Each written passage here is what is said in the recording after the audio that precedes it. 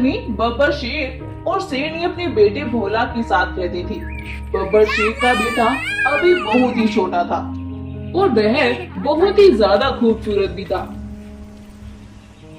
शेर और शेरनी अपने बेटे के आने पर बहुत खुश थे और वो बेटा होने की खुशी में फूले नहीं समा रहे थे।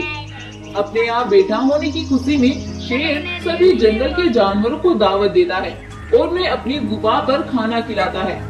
सभी जंगल के जानवर भोला को देखकर बहुत खुश होते हैं।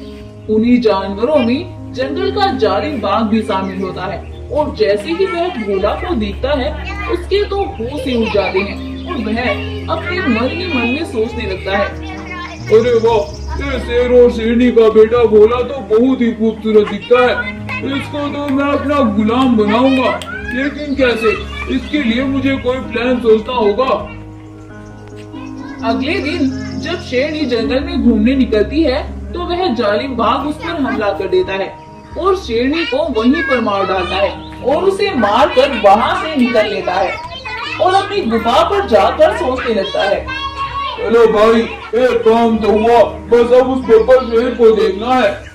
तभी अचानक से बब्बर शेर भी वहां से गुजरता है जहां पर शेरनी मरी हुई पड़ी थी। शेर जब वहां पर शेरनी को मरा हुआ देखता है उसके दो होश ही उड़ जाते हैं और वह हक्का बक्का रह जाता है। अरे शेरनी, ये सब क्या हुआ? किसने किया ये सब? मुझे तो कुछ समझ नहीं आता। ऐसा कौन कर सकता है? मेरा तो इस जंगल में कोई दुश्मन भी नहीं है। शेर शेरनी की मौत से बहुत परेशान होता है और अपने बच्चे के पास आकर चुपचाप खड़ा हो जाता है।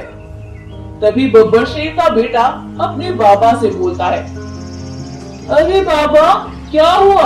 आप इतने परेशान क्यों हैं? वो क्या बताऊं बेटा, जंगल में किसी ने तुम्हारी माँ का शिकार कर लिया है और उसे मार डाला है। बस इसीलिए मैं परेशान हूँ। अरे बाबा, ये आप क्या बोल रहे हैं? मेरी माँ के साथ कोई ऐसा नहीं कर सकता। मुझे मेरी माँ के पास जाना है बाबा। मेरे बच्चे, तुम चुप हो जाओ। मैं अपनी आंखों से देख कर आया हूँ तुम्हारी माँ की लाश को। अब कुछ नहीं हो सकता है बेटा, अब तुम्हें बस सब्र करना होगा। शेर ऐसा बोलकर जंगल में वापस चला जाता है, लेकिन शेरनी के बेटे का रो रो कर बुरा हाल था। रात होने पर बब्बर शेर जब जंगल से वापस आता है तो अपने बेटे को ऐसे ही रोता हुआ पाकर बहुत परेशान हो जाता है और मन ही मन सोचने लगता है कि आखिर क्या करूं जिससे मेरे बेटे को सुकून मिल सके। मैं उसकी माँ तो अब उसे वापस लाकर नहीं दे सकता, लेकिन उसका दुख कम करने की जरूर कोशिश करूंगा। अगली सुबह होती है, शेर जंगल की दूसरी शेरनी से शादी कर लेता है। उस शेरनी का भी एक बेटा था, लेकिन वह भोला से काफी बड़ा था और अच्छे से जंगल को जानता था। शेरनी और शेरनी का बेटा भोला से बहुत प्यार करते हैं और उसके साथ मोहब्बत से रहते हैं और भोला भी कुछ ही दिन में अपनी माँ का गम भूल जाता है। उधर वह जालिम बाघ बब्बर शेर को मारने की फिराक में था। वह मौका पाकर बब्बर शेर को मारना चाह रहा था। आखिर एक दिन उसकी यह ख्वाहिश भी पूरी हो जाती है और वह मौका पाकर बब्बर शेर को भी मार डालता है, लेकिन वह यह नहीं जानता था कि अब उसका ध्यान रखने वाला उसका एक सौतेला भाई भी था जो कि उस पर अपनी जान लुटा सकता था। बब्बर शेर को मारने के बाद जब वह बब्बर शेर की गुफा पर जाता है तो वहाँ जाकर वो देखता है कि उसके साथ तो एक और शेर खड़ा हुआ है। अरे अभी ये कौन है? इसके पास अभी जाकर मैं इसको देखता हूँ। बाघ जल्दी से दौड़ कर उसके पास जाता है और उससे बोलता है, अरे भोला बेटा, तुम यहाँ चलो जल्दी से मेरे साथ, तुम्हारे बाबा जंगल में तुम्हारा इंतजार कर रहे हैं। तभी शेरनी का बेटा बाघ से बोलता है, अरे तुम कौन हो और भोला को कहाँ लेकर जाना चाहते हो? अरे मैंने बताया ना, भोला के बाबा ने उसे जंगल में बुलाया है, लेकिन वो तो भोला को कभी भी जंगल में नहीं लेकर जाते हैं। आप जाइए, मैं इसे अपने आप जंगल में लेकर चला जाऊंगा। अरे तुम क्यों इतनी बड़बड़ कर रहे हो? तुम यहाँ से जाओ, ये मेरे और भोला के बीच का मसला है और हम खुद ही इस मसले को सॉल्व कर लेंगे। अच्छा, मैं कौन हूँ? मैं इसका बड़ा भाई हूँ। अच्छा ये बात है, तो तुम्हें भी अब मुझे वहीं पहुँचाना होगा जहाँ मैंने शेरनी और बब्बर शेर को पहुँचाया है। क्या क्या मतलब, ये क्या बोल रहे हो तुम? हाँ, मैं सही बोल रहा हूँ।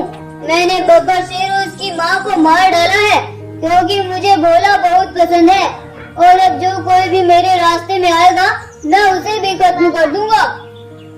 अच्छा ये बात है, पहले मैं तुम्हें ही खत्म करता हूँ, फिर बात करते हैं।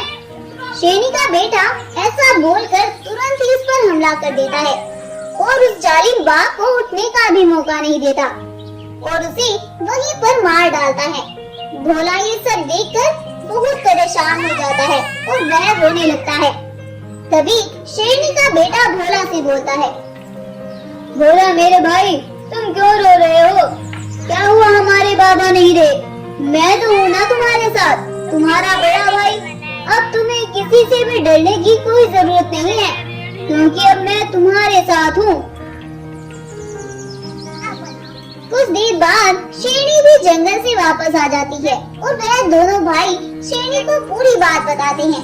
ये सब सुनकर शेरनी को बहुत गुस्सा आता है, लेकिन अब तो जालिम बाघ का चैप्टर ही क्लोज हो गया था, इसीलिए वह बहुत खुश होती है और उसके बाद ही वो सभी मिलजुल कर जंगल में रहने लगते हैं। जादुई गोल्डन शेरों का जंगल में आतंक, जादुई दरवाजा और लाल शेर जानवर बचाओ। जीतवन नाम के एक जंगल में बहुत से जानवर खुशी खुशी रहते थे। सभी जानवर अपने जंगल में बहुत खुश थे और इन सभी का जीवन उस जंगल में खुशी खुशी बीत रहा था। उनके जंगल का राजा एक बड़ा ही विशाल गोरिल्ला था जो कि अपने जंगल के जानवरों की रक्षा करता था। गोरिल्ला जंगल के जानवरों को कभी भी परेशान नहीं करता था। इसी तरह सभी का जीवन अच्छे से कट रहा था। एक दिन जाने कहां से उनके जंगल में दो गोल्डन शेर आ जाते हैं और वो जंगल में आते ही एक दूसरे से बोलते हैं, अरे भीमा भाई, ये जंगल तो बहुत ही खूबसूरत है। लगता है कि इस जंगल में बहुत से जानवर हैं। हाँ भाई, कह तो तुम सही रहे हो, लेकिन कहीं हम किसी मुसीबत में ना आ पड़े। अरे कुछ नहीं होता, भला शेर से भी ज्यादा कोई ताकतवर होता है। शेर जंगल में सबसे ज्यादा ताकतवर होता है। चलो हम चलते हैं।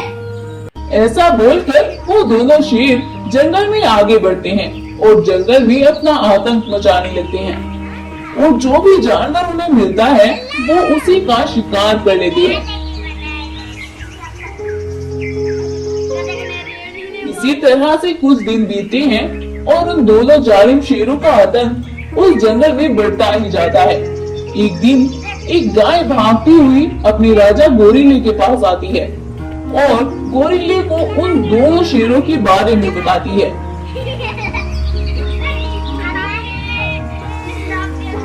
अरे गोरिल्ला महाराज, हमारे जंगल पर उन दो शेरों का आतंक दिन प्रतिदिन बढ़ता ही जा रहा है। क्या करें महाराज, कुछ सोचे, ऐसे तो हमारा पूरा जंगल तबाह हो जाएगा और हर तरफ तबाही का ही मंजर होगा। हाँ गाय बहन, तुम कह तो सही रही हो, लेकिन हम उन इतने खतरनाक शेरों का कर भी क्या सकते हैं? वो दोनों शेर तो बहुत ही ताकतवर हैं, उनका कौन मुकाबला कर सकता है बहन? कह तो आप सही रहे हैं, लेकिन हम ऐसे हाथ पर हाथ रखकर भी तो नहीं बैठ सकते, कुछ तो सोचना ही होगा। हाँ गाय बहन, मैं कुछ सोचता हूँ और फिर मैं तुम्हें अपने पास बुलाता हूँ। ऐसा सुनकर गाय वहाँ से चली जाती है और जंगल का राजा गोरिल्ला उन खूंखार शेरों के बारे में सोचने लगता है और उसे ऐसे ही सोचते सोचते रात हो जाती है, लेकिन उसे कुछ भी समझ नहीं आता है। अरे क्या करूं मैं? अपने जंगल के जानवरों को उन खूंखार शेरों से कैसे बचाऊं? मेरी तो कुछ भी समझ में नहीं आ रहा है। भगवान, आप ही कुछ बताएं, मैं क्या करूं? उसका ऐसा कहना था कि तभी उसके सामने एक जादुई दरवाजा खुलता है और उस दरवाजे में से एक जादुई लाल शेर बाहर आता है और वह गोरिल्ले से बोलता है, अरे गोरिल्ले भाई, तुम परेशान क्यों होते हो? तुम इतने अच्छे स्वभाव वाले हो। जंगल के जानवर तुम्हारी हर बात को सराखों पर समझते हैं। अगर तुम सभी जानवर मिलकर उन दो शेरों का मुकाबला करोगे तो वो दो शेर तुम्हारा क्या बिगाड़ देंगे? तुम सभी एक साथ मिलकर उन जालिम शेरों पर वार कर दो और अपनी जीत का जश्न मनाओ। इतना बोलकर वो जादुई शेर और जादुई दरवाजा वहां से गायब हो जाता है और गोरिल्ला भी समझ जाता है कि कैसे उनका मुकाबला करना है। अगली सुबह होती है तो गोरिल्ला सभी जानवरों को अपनी गुफा के बाहर इकट्ठा करता है और उनसे बोलता है, पूरे जंगल वासियों, मेरे दिमाग में एक प्लान है उन जालिमों से लड़ने का, लेकिन इसके लिए तुम सभी को मेरा साथ देना होगा, तभी हम उन शेरों का मुकाबला कर सकते हैं। महाराज, हम सभी तैयार हैं। आप हमें बताइए कि हमें क्या करना है। अच्छा ठीक है, तो मेरी बात गौर से सुनो। हम सभी जंगल वासियों को मिलकर उन जालिमों को मारना होगा। हम एक एक करके उन्हें नहीं मार सकते हैं, इसीलिए हमें से एक झुंड को एक साथ उन पर हमला करना होगा, तभी हम उन्हें मार सकते हैं। ठीक है महाराज, आप हमें बताइए कि कब चलना है। इतना बोलकर वो जंगलवासी प्लानिंग करते हैं और उस प्लानिंग के तहत अगली सुबह अपनी अपनी जगह पर जाकर छिप जाते हैं और एक गाय को बीच में खड़ा कर देते हैं, जिससे कि वो शेर उसका शिकार करने उनकी तरफ आए। जैसे कि वो दोनों शेर उस गाय का शिकार करने के लिए वहां आते हैं, वो सभी एक साथ मिलकर उन दोनों शेरों पर हमला कर देते हैं और एक साथ इतने जानवरों के हमले से वो दोनों शेर संभल ही नहीं पाते हैं और वो वहीं पर मर जाते हैं और सभी जंगल के जानवर चैन की सांस लेते हैं। इस तरह से सभी जानवरों की सूझबूझ और उस जादुई शेर के बताए गए रास्ते को अपनाकर सभी जंगलवासी अपने मकसद में कामयाब हो जाते हैं और वो सभी फिर से मिलजुल कर खुशी खुशी उस जंगल में रहने लगते हैं। इस कहानी से हमें शिक्षा मिलती है कि एकता में ही बल है। अगर हम मिलजुल कर कोई कार्य करते हैं तो हमें उस काम में सफलता जरूर मिलती है, फिर चाहे वो कितना भी कठिन रास्ता क्यों ना हो, हम उसे पार कर ही जाते हैं। स्टोरी पसंद आई हो तो इस वीडियो को लाइक, शेयर एंड सब्सक्राइब जरूर करें और ऐसी ही और अमेजिंग और इंटरेस्टिंग वीडियोस के लिए हमारे चैनल को फॉलो करें। Thank you.